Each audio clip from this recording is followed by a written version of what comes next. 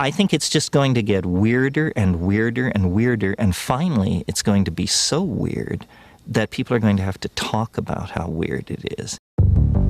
Eventually people are going to say, what the hell is going on? It's not enough to say it's nuts. You have to explain why it's so nuts. The invention of artificial life, the cloning of human beings, possible contact with extraterrestrials, the systems which are in place to keep the world sane are utterly inadequate to the forces that have been unleashed. Welcome back to Forbidden Knowledge News. I'm your host, Chris Matthew. Today my guest is Leo Zagami. Be sure and check out my films out there in the streaming universe. Doors of Perception is on Amazon Prime. I Call It Louisiana is on Tubi, Roku, Apple, and a few more. We are booking guests for January. If you have suggestions or you'd like to be a guest, email me forbiddenknowledgenews@gmail.com. Today I want to welcome back to the show Leo Zagami. He walked out from what he perceived as the criminal side of the New World Order, or Illuminati, and now exposes the dark side of these shadowy factions. He is an author of several books. Leo, welcome back. How you doing? Always a pleasure to be with your show, and I heard you've been doing a lot of things since the last time we spoke, so I'm glad you are creating some great documentaries along the way with your shows. Yes, thank you so much, and it is wonderful to have you back. It has been a while. Really looking forward to getting into your new book, The Rise and Fall of a Frankist Monster, exposing Jeffrey Epstein and the most powerful Jewish sect in the world. This is such a huge topic right now. But as far as the information we have access to about the status and progress and real history of this man, we don't get much. There seems to be a lot of gaslighting, demoralization, misinformation. So I'm really looking forward to getting deeper insights into not only what's been unfolding behind the scenes, but who this man really was. Before we get into this, though, remind the audience just a little about yourself and let them know how they can find more about you. They can find more about me on leozagami.com. I'm an author, investigative journalist with a past also within the realm of secret societies that we can commonly refer to as the Illuminati and Freemasonry. So you can find, like I said, more about that in my bio on my website. Wonderful. Tell us a little bit about what brought you to write this book and what you mainly focused on. Well, I thought that there was really a missing link nobody was talking about. I mean, there has been thousands of articles written about Jeffrey Epstein, about his milieu of people. There has been, of course, documentaries, and some of them, might bring also to light some interesting subjects. But I wanted to really point on something that nobody has discussed, the ancestral roots of Jeffrey Epstein and his milieu, the background from a political, of course, point of view is typical of the power players of this age. But when it comes to the anthropological, religious, sectarian, that, like I said, has been not well discussed at all. And so I published this book, and I'm glad that the readers are finding it interesting, because it came to become number one in history of Judaism, also in other categories like espionage, biographies, and so on. And like I said, I think the main thing that the readers find interesting is to analyze what happened in the light of a past which has been hidden for most of this time. We have heard some sporadic references to the Sabbatean Frankist as a sect within Judaism, but very few historians have really published any material of relevance about it. I think Gershon Scholem, as an historian and also a well-known figure in the history of Kabbalah, has been one of the few people. Now, today we have maybe the occasional academic who likes to dwell into this subject, but it's very rare that you find publications, because it's in the interest of certain rabbinical schools and certain branches of Judaism to really keep the truth about the Sabbatean Frankist from coming to light. Excellent. And like you were saying, you go very deep into even the Jewish folklore, the history and roots of Jewish secularism. You even go back to the story of the golem. Tell us a little bit about the origins of these groups, like you mentioned, the Sabbatean Frankists, and what you focused on about the history. Yeah, I mean, for those who don't know who the Sabbatean Frankists are, in a nutshell, Shabbatai Zevi was this Jewish figure who gathered a lot of attention in the 17th century, declaring himself the Messiah and really receiving support for a time by more than half of the Jewish population living in Europe. It became sectarian when he eventually was forced to convert to Islam, and so did his most close disciples and followers, at that point creating what has been known in the history of the Ottoman Empire as the Domme, this crypto-Jewish sect, which continued to practice their Sabbatean rituals in secret, while instead portraying themselves as Muslim outwards. This crypto-Jewish modality was already known in the Jewish world since the time of the Spanish Inquisition in the Iberic Peninsula, when they purged the Iberic Peninsula of both the Jewish as well as the Moorish presence, and they forced everybody to convert to the Catholic faith. And so at that time, we have the birth of what are known as the conversos or the marranos. So the conversos are the more genuine converts to Christianity. The marranos, instead, the pigs, the ones that were actually continuing in secret to practice Judaism. And it was actually within the marranos, which I describe in my book, has a link, which is unthought of, with the Puritans in England, with Oliver Cromwell and the people around him. Oliver Cromwell, for those who don't know it, was the guy who, for a brief time, created a republic in what is now the United Kingdom once again. It didn't last that long, to tell you the truth, but it was important historically, the Oliver Cromwell episode, because thanks to the people close to him who were very much entrenched in this Jewish mysticism and messianic legacy that came from it, that gave the very roots of what today we, of course, acknowledge as Zionism.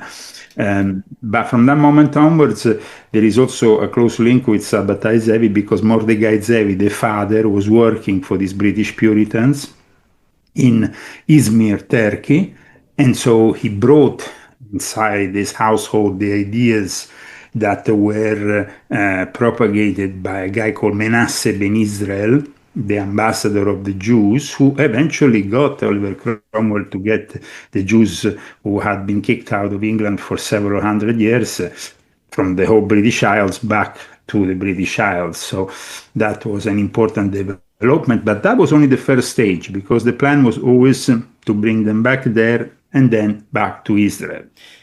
It of course took several hundred years to break down the Ottoman Empire. But we must say that, like I described in my book, the Ottoman Empire faced extinction, especially at the hand of the Domme and the Masonic lodges connected to them from that place called Thessaloniki, which nowadays is part of Greece, but at the time was part of the Ottoman Empire and was one of the most important ports in Jewish communities. Now, Shabbatai Zevi, of course, died and then left his legacy to another guy who claimed to be his reincarnation. That was Barak Russo. Barak Russo didn't live a long life. In fact, is very rarely mentioned. and we talk always about Sabbatian Frankism rather than Sabbatian Russo-Frankism, because he was still retaining most of the beliefs of Sabbatai Zevi without adding anything new. Jacob Frank himself was actually born in what today we call Ukraine, and close to Poland, and he was from a Sabbatian family who was forced to abandon those areas after his uncle has aroused attention with spreading some Sabbatian publications that were deemed dangerous by the rabbinical communities that then will work in tandem with the Inquisition, and of course the Catholic Inquisition was still, let's say, alive and kicking, even if not as strong as it was. But then we have also other forms of inquisitions in the Protestant churches, and the rabbinical courts worked often connected with them. There was a book in particular, a book that not many people know about, because this is the first time really that you can find in a book of almost 300 pages not only summarize the history of Sabbatian Frankism, but also of their beliefs. Like, for example, the Vavo Hayom Elahin, that was this book attributed to a guy, a rabbi, who then became involved in a controversy, a rabbi that was also then linked to Jacob Frank family-wise, and to Moses Dobruska, who became also another important figure in the creation of the Asiatic Brethren, and also a member of the Order of the Illuminati of Adam Weishaupt. So the spreading of the teachings of Shabbatai Zevi and then Jacob Frank became also known outside of the Jewish world thanks to these Masonic lodges and Illuminati lodges. But before that, Jacob Frank distanced himself from the traditional Islamic context of the Ottoman Empire and brought back instead a different form of Sabbatianism that at that point became Frankism. So Sabbatian Frankism, the merger of this idea of also including elements of the Catholic faith, the Trinity. Initially, it was a guy called Nemeya Hayun, who was a Bosnian Kabbalist linked to Sabbatianism, who lived in Sarajevo, who back then, by the way, was part of the Ottoman Empire, because these things need to be understood. The borders were very different from today's borders, and the Ottoman Empire was extremely influential. So he had received a traditional Talmudic education, but then he went on to become a very important figure. He went to Palestine, he went to Egypt, and then he appeared in Smyrna, which is today called Izmir. Izmir is a very important location because, of course, Shabbatai Zevi started preaching there. And when this guy arrived there, who was very much entrenched with the knowledge, and he was securing himself his rabbinical position, he then wanted to mix elements of the Trinity, of the Trinitarian God, into the Sabbatian beliefs. So Memut de Kula became a publication that was basically well known before Jacob Frank started to reveal himself, but gave those bases, let's say, those bases of merging Christianity and in the Trinity in particular with this form of heretical Judaism. A form of heretical Judaism, though, that was very much condemned as heretic by most of the Jewish contemporaries because it promoted the swapping of wives, orgies, and all the basis of that misled Kabbalistic interpretation that led to people like later on Aleister Crowley and, of course, influenced even Madame Blavatsky. I'm very down to the point here in this book, if you know what I'm talking about, when I, for example, dedicate a whole chapter to Max Theon, which is considered the mentor of Madame Blavatsky, but very few people maybe know about him. Or, for example, Ignatius Treblish Lincoln, a figure that comes from the Sabbatean Frankist milieu of Hungary, and then becomes this sort of, I define him as an international man of mystery, because he changed so many roads in his life. And this is typical of, though, the Sabbatean Frankists, the versatility, the fact that they have often been involved in intelligence operations, but also the fact that we find them at the very creation of some of the most important ideologies that have transformed Europe. Now, when it comes down to Moses Dobruska, who was the son of the cousin of Jacob Frank, he was also the grandson of this guy, Rabbi Hebe Schutz, who wrote the Vavo Hayom Elahin, that was considered like a holy book by the Sabbateans.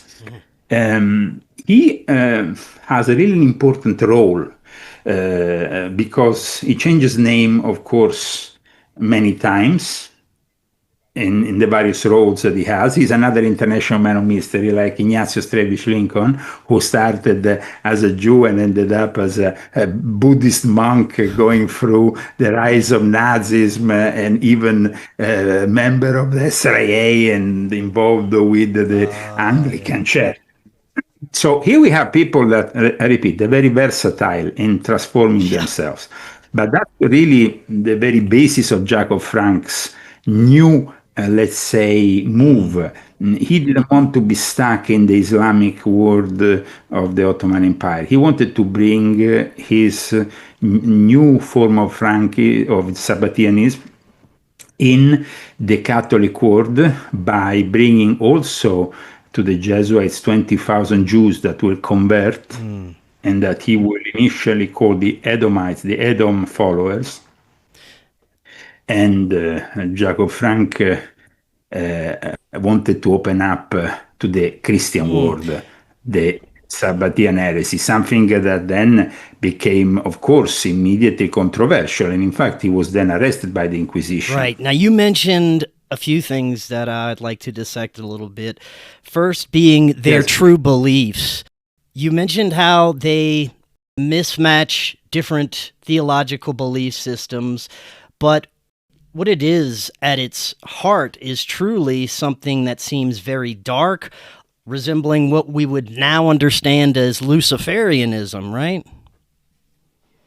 Yeah, well, it's inverting the basic tenets of Judaism, going and eating pork in the holy days, or literally interpreting also Lurianic Kabbalah, which itself was becoming a new thing within Judaism. People were starting really to follow the Sefer Yetzirah and the teachings of Lurianic Kabbalah, but then they were, of course, they were following the whole thing in a traditional way, because Isaac Luria, who was born in 1534, died in 1572, this Jewish rabbi who developed was no Shabbatai Zevi or no Jacob Frank or no Baruch Russo. He wasn't an heretic. He was simply a guy who stick to the tenets of the Mosaic laws, the 615 laws, and the respect, of course, for those Sinaitic laws that were delivered to Moses. One instead, of course, that can't be said for these people. These people were, the Lurianic Kabbalah, the doctrines of creation are to be respected within a context which is not, of course, Christian, but has a traditional, let's say, it describes the origins of evil. It describes the exile of what we see as the Shekinah, the divine presence, the doctrine of the redemption, while instead, and of course, still sees sexuality as something very holy that shouldn't be messed with. While instead, in the context of the Sabbatean Frankist, with Shabbatai Zevi, we immediately see all these things reverse. He goes into the elements of Lurianic Kabbalah to define what is known as redemption through sin. So the holy book, Vavo Hayom Elahin, becomes the description of this imaginary Shabbatai Zevi going on top of a mountain to then, of course, free himself of every, constraint and in this antinomian way. So basically without respecting any rules of the Jewish religion and creating new ones as it went along. It's very important that we understand that the rabbinical courts of Frankfurt, of Mannheim in particular, investigated this matter, found that there were people who were really dangerous for the faith, including the uncle of Jacob Frank. So from the very beginning, the Sabbateans were already under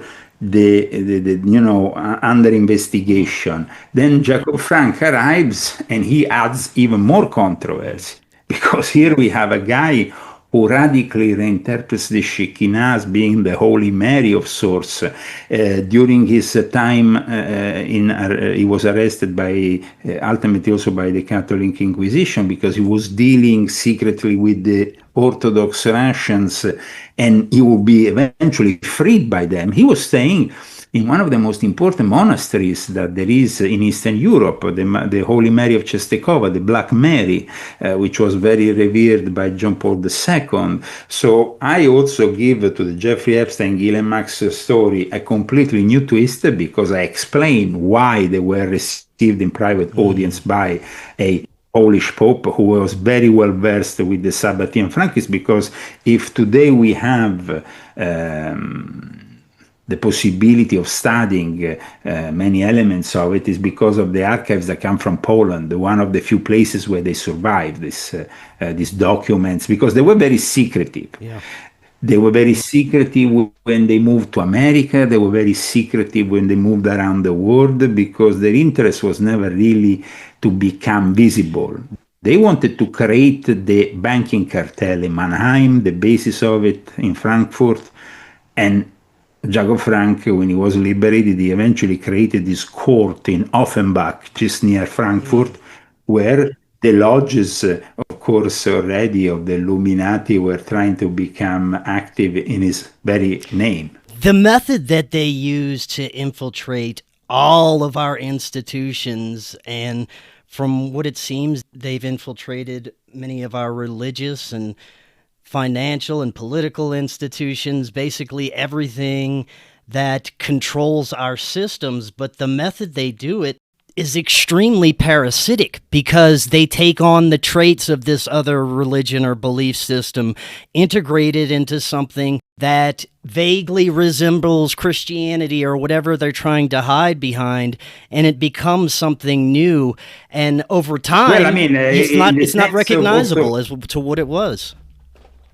Well, for example, when Jacob Frank eventually, being investigated, gave the permission to his followers to marry into the Catholic world, he didn't simply go and marry into the butcher on the corner. He got them to marry with the elite of the Catholic world. And on top of that, he also gave orders.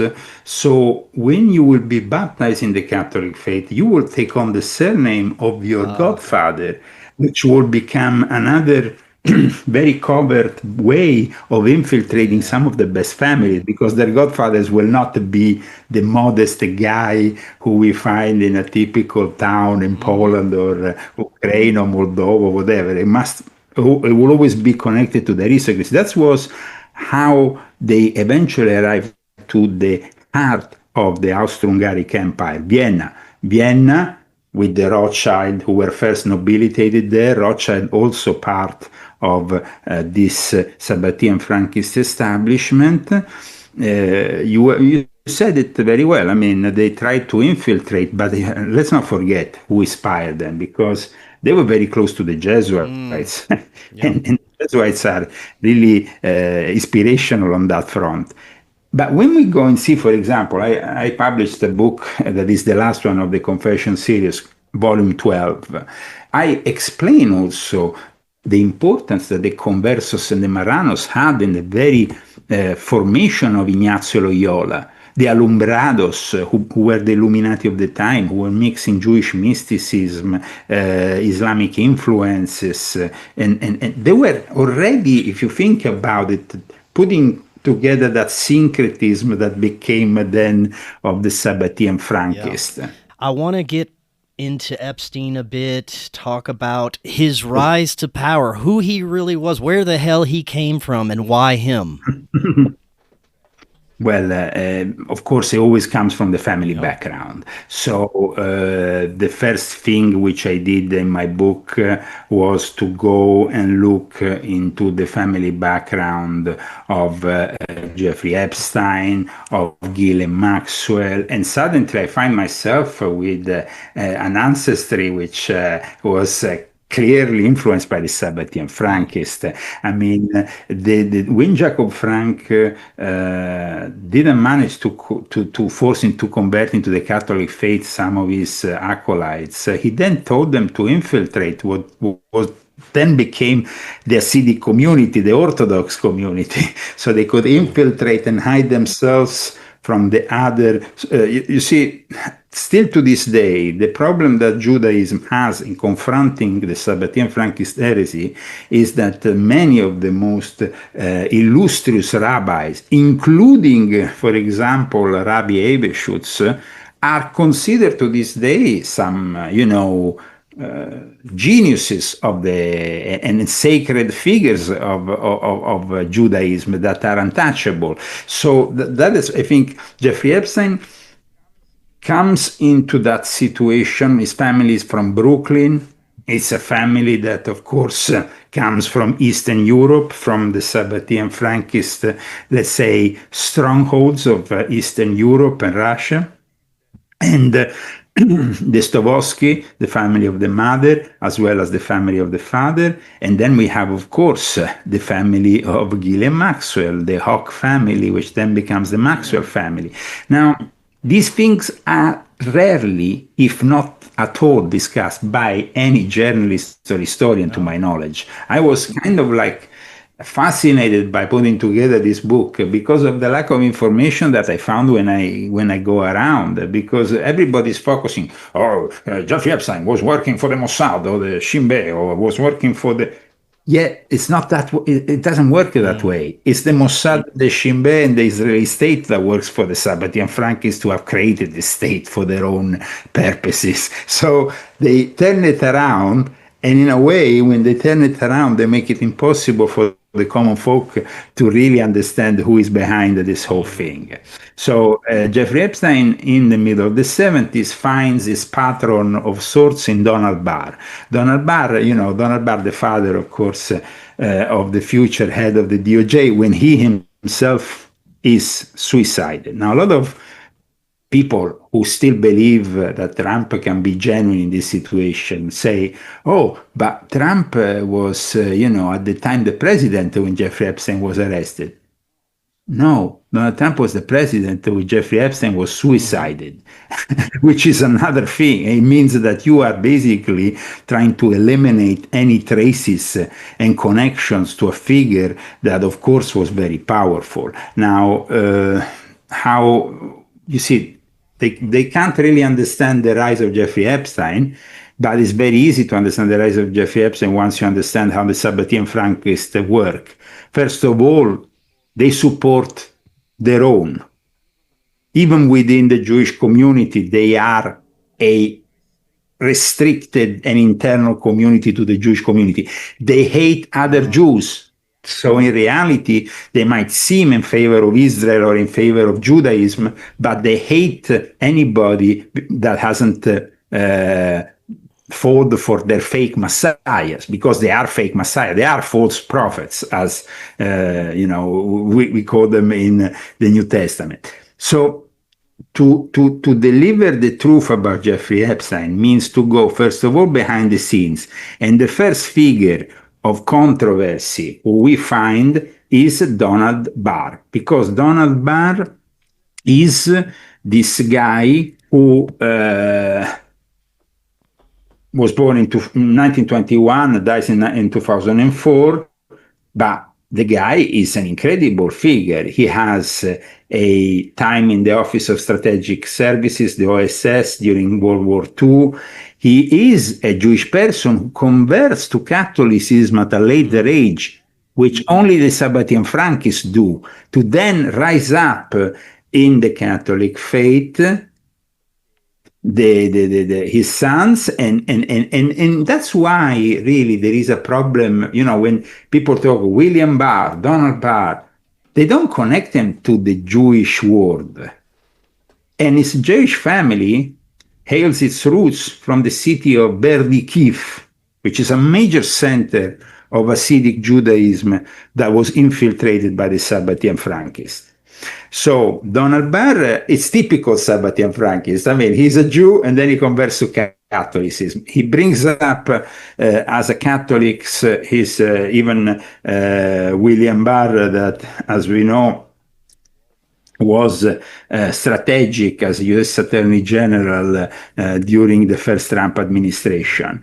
He had written a book, Space Relation, just a year before employing Jeffrey Epstein in a school, a very preppy New York school in New York, without Jeffrey Epstein really having even I mean, he should have had a PhD, some kind of degree to be to teach science and mathematics in a school like that, without really having any, he went to high school, but he never really got further than that. How is it possible that this guy gives him a job at the Dalton School with all these elite people there? It's obvious that that Donald Barr found in Jeffrey Epstein not only a good Sabbatian Frankist that could, indulge into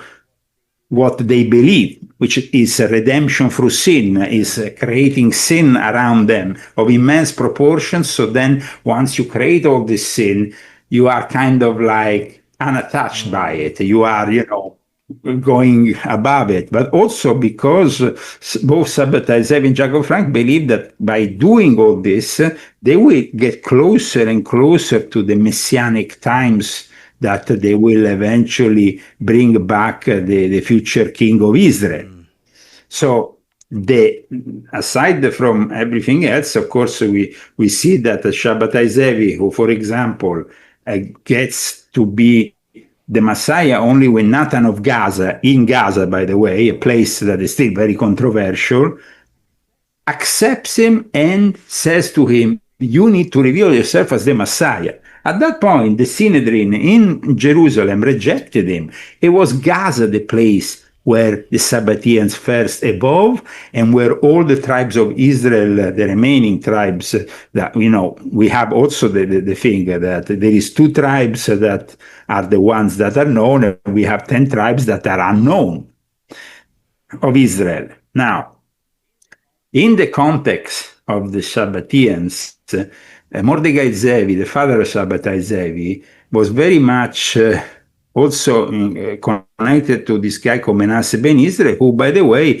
connected with another guy from Oliver Cromwell's background, who gave birth to this belief, British Israelism, which became a very important belief to then convince the British people that they were the lost tribes of Israel, that they had to support the Jews in a special way, and eventually support the Balfour Declarations after the Sykes-Pike Agreement. So the Donald Barr, who gives Jeffrey Epstein this first job, publishes a book that is filled with not so well Sabbatian Frankist reference, in which we have basically this pedophile from outer space, and we have a figure that resembles Ghislaine Maxwell called Lady Morgan, indulging in acts of sadism. And I mean, it's incredible that, these people were actually already preparing the rise of Jeffrey Epstein. And that happened eventually. It was sanctioned in the middle of the 80s when Les Wexner, another member of this clique of people, gave him that building that eventually he will sell to him for $1 worth millions, which is that rigged with cameras and everything to start the operations. The operations that, of course, then he carried on also at the Zorro Ranch, he carried in Little St. James, and the operations that I expose in my book connected also to the science of transhumanism, robotics, hands-on robotics, the software behind Sophia the robot. I mean, when I mix the face of Jeffrey Epstein and Frankist, there is a reason, and there is actually many layers. There is the layer of the interpretation of the word Frankenstein, because Mary Shelley was inspired by Jacob Frank. And Franken was for Frank. And that Stein means stone, but also the Ein is like the eye in the interpretation, also in the Kabbalistic interpretation, but is the Frankenstein monster that gets out of control, like the Order of the Illuminati that is created within the world of Freemasonry, that then rises and creates itself problems getting out of control. Let's not forget that in Mary Shelley's history, Dr. Frankenstein goes to the University of Ingolstadt.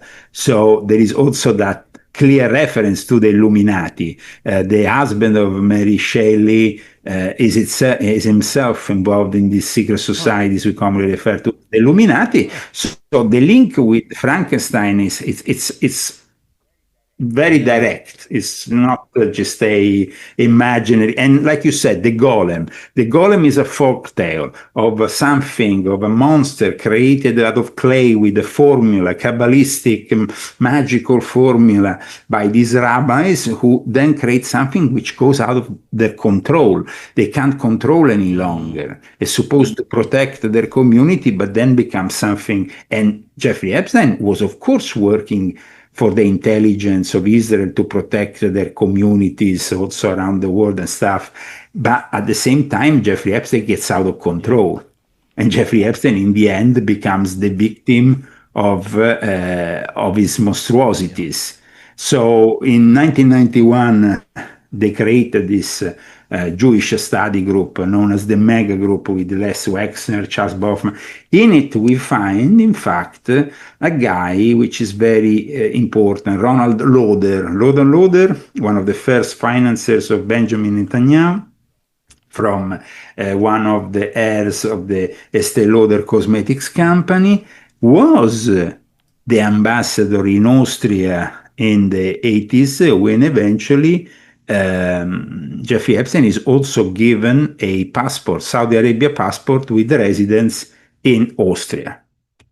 Austria, the home of the Sabbatean Frankists, because it's true that they develop in Eastern Europe, but it's also very much true that their lodges became more and more influential in in Vienna, because Vienna was considered like, the New York of the time, let's say.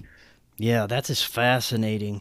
You mentioned briefly some of the operations that Epstein was involved with, and the ones most people know about: blackmail operations, trafficking, but you also mentioned transhumanism. This goes deeper into layers most people aren't aware of. Talk a little bit about the transhuman aspect.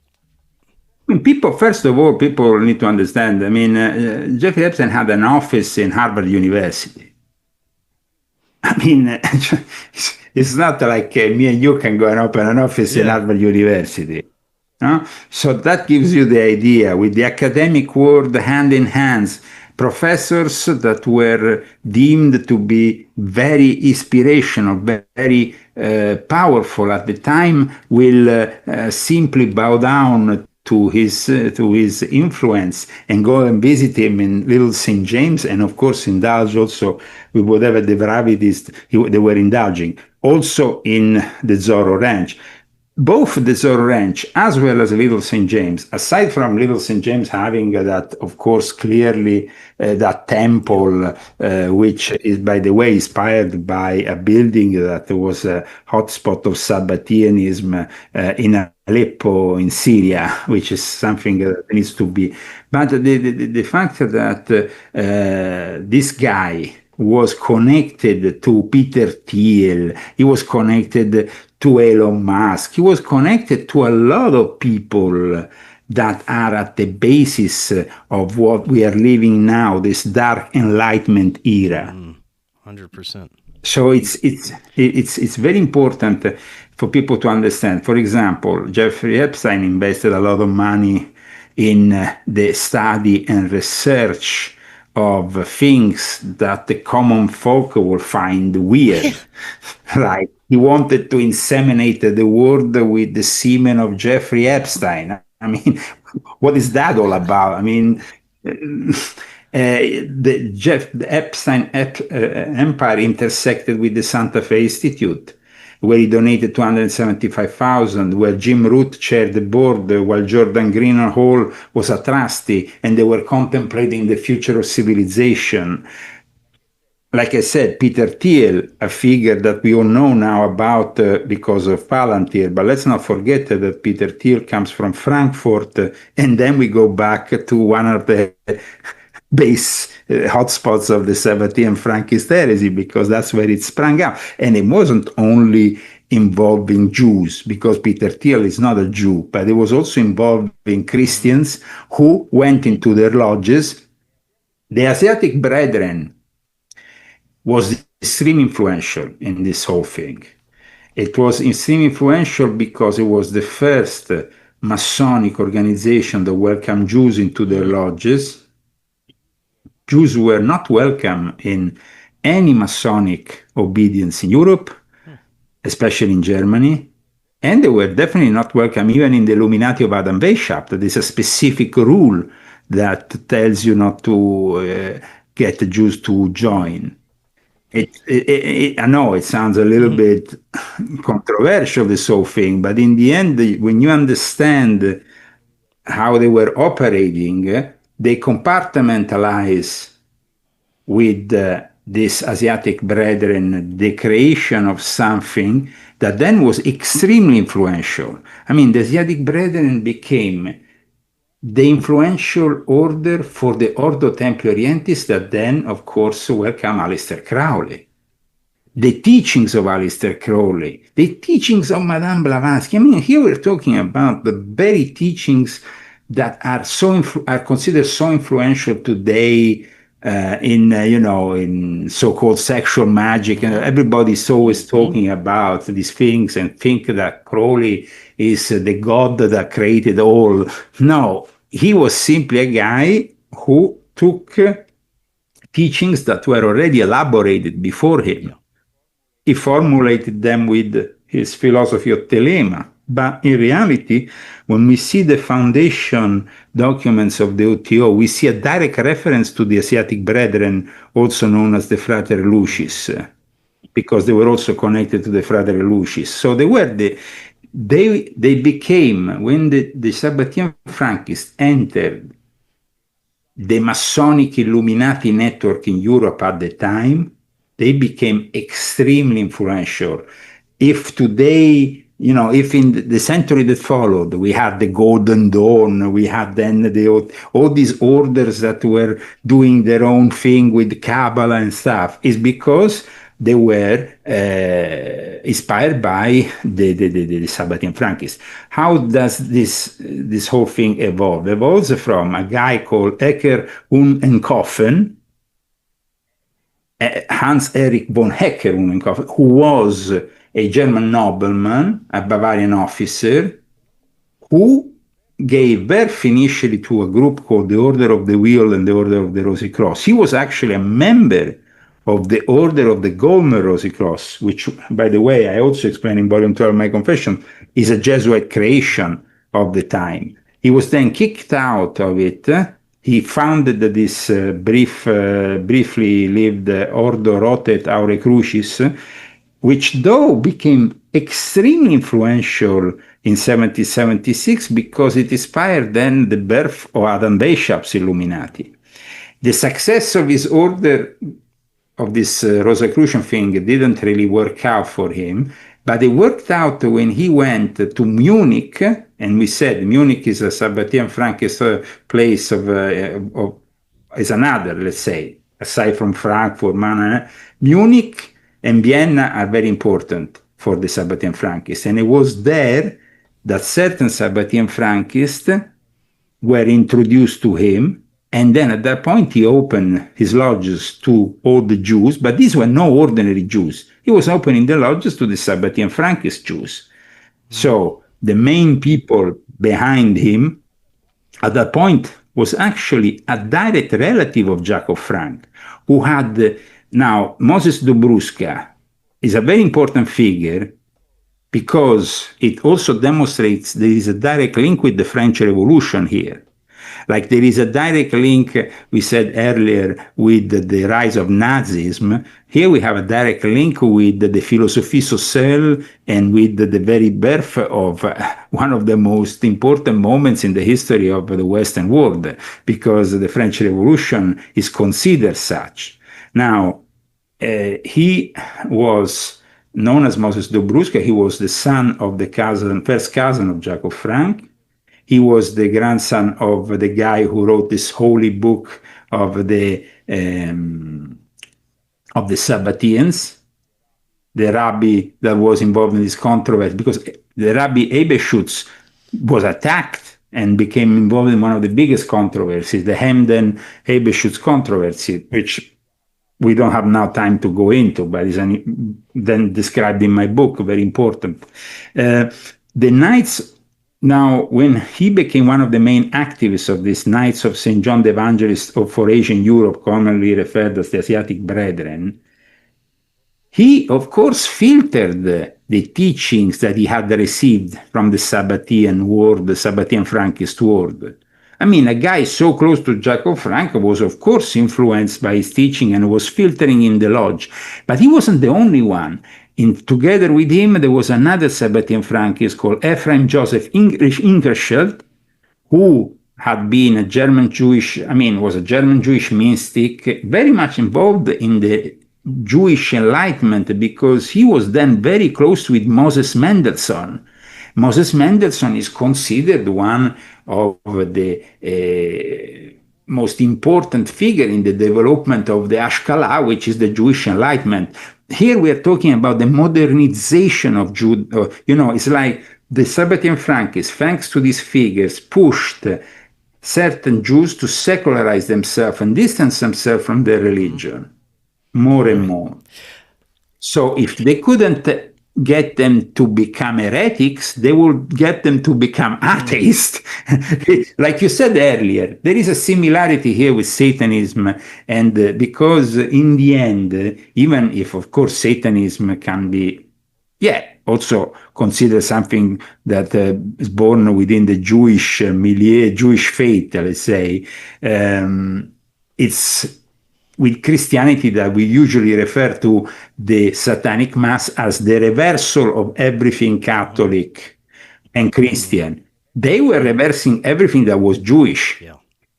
The formulas, the way of... So while in the lodges of Freemasonry, they focused in bringing this fusion of Judaism, Christianity, Kabbalistic nonsense all together with this, of course, Frankist point of view, then this became the basic elements of that sexual magic that eventually will be then practiced by Aleister Crowley. So here we're talking about a direct formal link. The lodges of the Asiatic Brethren didn't disappear after the death of Jacob Frank or after Moses Dobruska was put on the guillotine, because he then became known as Junius Frey. He went with the Jacobins to fight in the French Revolution, and he will eventually lose his head, which is kind of, but in the meantime, he became extremely influential. He still maintain, of course, contact, like also with the others who were involved still in the Asiatic Brethren, like Ephraim Joseph Hirschfeld, who was more connected with the Offenbach court. The Offenbach court was the court because Jacob Franco, when he was liberated by the Russians, he went to Offenbach, he took this castle, and he became the Baron. He became all these Sabatian Frankists at that point had become nobles. Even Schoenfield himself, Moses Dobruska was a noble, was an aristocrat. That was their aim, was to become integrated with the aristocracy, with the noble families of Europe, initially within the Catholic world, then the black aristocracy close to the Vatican, then with the Anglican aristocracy and of the Church of England. The Rothschilds were nobilitated in England. So in the end, this nobilitation makes them very different from your ordinary Jew. And when Theodor Herzl eventually came with the idea of the Zionist movement, and then they had to put together, though, at that point, there was a very fractured Jewish world. There was a Jewish world that was talking Yiddish in the Ashkenazi community and being Orthodox and kind of defined as primitive and tribal by the secularized Jews, who would say, these people, they are like, a little bit tribal, a bit like Franz Kafka himself, a Jew, a secularized Jew, let's say a figure very close to, let's say, the ideas that were promoted by the more secularized Jewish Enlightenment approach. But at the same time, we have to understand that all this splitting Judaism in various currents, and then the arrival of Zionism, the arrival of different kinds of Zionism, because, you create the left Zionism, labor Zionism, you create the right Zionism, revisionist Zionism, create in the Hegelian tactics of creating the opposites. Ultimately, we see that the Sabbatean Frankists were the ones who inspired the very formation of the State of Israel, which was defined by my late friend Barry Kamish as a Sabbatean state. So I think that in my book, finally, you have all this, and it's not an anti-Semitic book, because, in fact, I have Jewish people, even from the Hasidic community, who are reading this book, who are complimenting me for the respect I have of Judaism. Yeah. Because, you see, it's very easy to fall into the anti-Semitic nonsense, to the typical bashing of the Jews. You can never do that with an entire race. It's ignorance. You can condemn an ideology. You can condemn a sectarian reality. Seems to be part of our modern Hegelian dialectic to further divide people and bring them further away from what's really happening. I want to get your thoughts on what is unfolding now, where we're at with the Epstein trial. What is this administration's role in everything? What are your thoughts? Well, I mean, forced into maybe redacting a lot of stuff that will then be made public, but we will never have the videos of Ehud Barak raping Virginia Giuffre or other monstrosities. You can forget that. I mean, we're going to have a highly filtered version of things, because the people who are behind the Sabbatean Frankists, as I demonstrate in my book, and they are people who most of the time you never heard of, but they have control of the banking system, of the automobile industry, of other important elements, the military industrial complex, as well as the big pharma. Those people, they don't want the truth, the entire truth behind Jeffrey Epstein to ever be known. The fact that after Lex Wexner, then you have Robert Maxwell, the father of Ghislaine, into the equation. He himself died in a mysterious way. In the same way that we have a Jeffrey Epstein who is suicided, we have a Robert Maxwell who is suicided. Let's not forget that.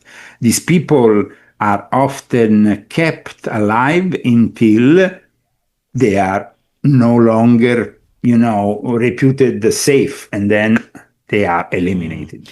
So much of what you've written about over the years seems to be unfolding as we speak. You mentioned the Dark Enlightenment, the transhuman movement, this technocracy that is taking over everything. It seems like we're moving closer and closer to an AI governance system, which is terrifying. Do you have hope? What are your thoughts on where we're at with all that? Well, as you know, I had written, in fact, a trilogy dedicated to Cyber Satan, volume 6.66, which we discussed in the past, then volume 7 and volume 9, Cyber Satan as the ultimate evil development of the AI world, artificial intelligence and robotics, who, by the way, like we said, they were central also to, like people will discover reading my book, to the work of Jeffrey Epstein, are to be used for the control of people who are going to be highly discontent, who will feel betrayed more and more by the political establishment, who will no longer go and vote, who might even think about civil unrest, but by that point, the technology in front of us, robotics and AI, will make it impossible for them to really go totally off the grid or escape from what is already a prison planet with thousands of satellites around it. And this is really unfortunate, but it's the reality we have to face. We cannot be illuding ourselves like some people in the New Age community or in the truther movement in the past saying, oh, the moment of reckoning is coming, we are getting freed. Guys, getting freed means, at that point, if we really have to be absolutely honest about it, giving up your bank account, giving up everything that you have material, because they own it, not you. They are the ones who have produced it, they are the ones who have sold it to you, and they're the ones who are going to continue to strive over this materialistic realm, unfortunately. We can hope maybe for a number of years to be creating maybe an independent off-the-grid reality that doesn't accept the compromises of the AI. But that will mean at least 1 million people that come together and say, okay, we buy this island, or we go and overtake Little St. James and Big St. whatever island is next to it that actually Epstein had bought also another island, by the way, it's never talked about, a bigger island next to it. And so at that point, we could maybe have a degree of independence. But I'm being realistic here. This planet nowadays has been compromised because that technology, that reverse engineering, if you think about it, comes from the very fallen angels that we have been always trying to fight and to expose. For the longest time, I've had an understanding that there is no savior coming. There's no heroes at any high level in power, that we're basically on our own when it comes to this stuff. Would you agree with that? Or do you think there is someone in power that may be working against some of these things? There is people in every institution in the world. There is honest people, good people who don't like what is happening, who don't like where we are heading. But unfortunately, they are a minority. Unfortunately, the moment you are in those institutions, you are meant to compromise. The moment you go to the White House, you sit on that chair, you are compromising, because there is no way that you can say no to the big pharma, the military industrial complex, the banking cartel, the whole system once you are there. And that also what is really becoming more and more evident with the second Trump presidency. So I think that disappointment in politics can only lead to abandoning politics altogether in search maybe of an alternative off-the-grid solution, at least to create a microcosm that doesn't bring us under the complete control and domination of that AI, which is inevitably being used already now to control our minds. Technocracy is our enemy, is not our friend. And whoever claims the contrary, because, we have those who claim, yeah, but there is a positive way we can use this, a positive way. It's like playing with fire. And it's like saying that, using a nuclear facility in Japan is a positive thing when we all know that Japan is prone to earthquakes, and in fact we saw it with Fukushima, a complete disaster, and nobody's talking about it. But for 1,000 years more, we were going to have radioactivity from that terrible event that happened. So we have to be honest also. And the problem here, I see a lot of finger pointing, a lot of exposure work. But in the sense, when it comes to the UFO thing, it's also part of the problem. And it's going to be more and more part of the problem. The more they actually come out and reveal us more about it, their so-called exposure, it's all part of something that is coming.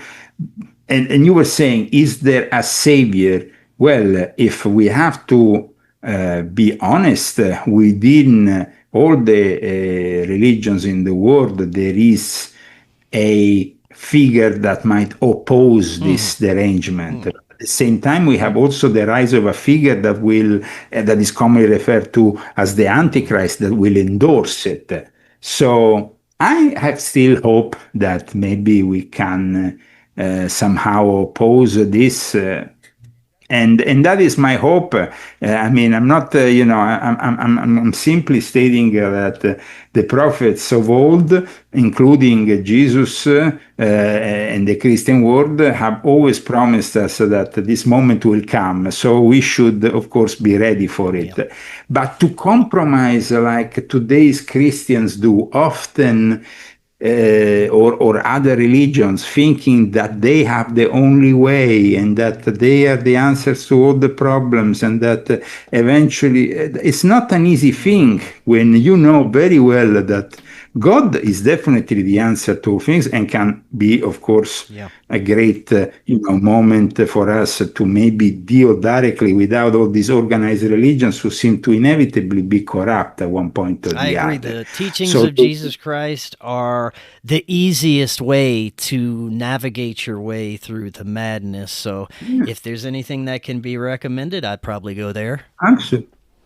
Absolutely. But in fact, the fact that we have so much instrumental use of Jesus still to this day by the very people who claim to be Christians or Catholics or this or that, it demonstrates that the demonic forces, what we commonly refer to as the devil or Satan, has all the interest to control those teachings in some way. Now, when it comes to the Jewish world, they didn't have an acceptance of Jesus, and for that reason, they were prone to fall for these false messiahs, and that is where Shabbatai Zevi comes in, Jacob Frank, and even Baruch Russo, these people who have inevitably brought Judaism in the wrong direction. If they accepted Jesus 2,000 years ago, this would have never happened. Yeah. That gives you also a very clear indication. But it's also true that Jesus himself became the matter of political and geopolitical interest. With the Council of Nicaea onwards, we start seeing compromises upon compromises. It becomes a state religion for the Roman Empire, and at that point you have the Vatican, which I find the most anti-Christian institution today you can see in the world. 100%. Well, one thing we can do is learn as much as we can, and you have many books out there that have been predicting everything. I mean, I would suggest, for what we discussed today, I would suggest, of course, The Rise and Fall of a Frankist Monster, exposing Jeffrey Epstein and the most powerful Jewish sect in the world. But also, before that, this is the last installment of my confessions. I'm no longer doing any other confessions, because my intention was to describe in 12 books this whole pyramid of power. And you arrive to the top of the pyramid, where we commonly refer to the all-seeing eye, which in reality is the Jesuit general, is the Jesuits, is the power that controls also the secret societies we commonly refer to as Illuminati or Freemasonry.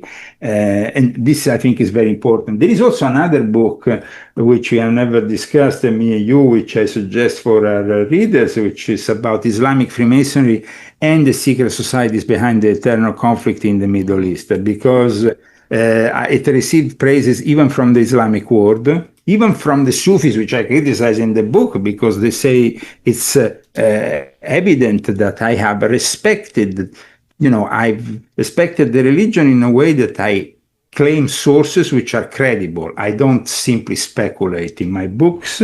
So that is definitely something that I suggest for all our viewers to read into my books, because when you have maybe 90 minutes, 60 minutes, an interview, it's simply scratching the surface of something that requires further studies. And also today, with this culture of scrolling on the web through your phone and thinking that you can get all the truth with a page or two on the internet, it's completely wrong. You need to really go much deeper if you want to have a complete awareness. And then at that point, once you are aware of all these things, create your own reality and promote it with your friends and people who are like-minded, to create maybe at least a microcosm of people who have a reason in this world of increased madness and chaos. Excellent. I agree 100%. Leo, thank you so much. We'll definitely be doing this again.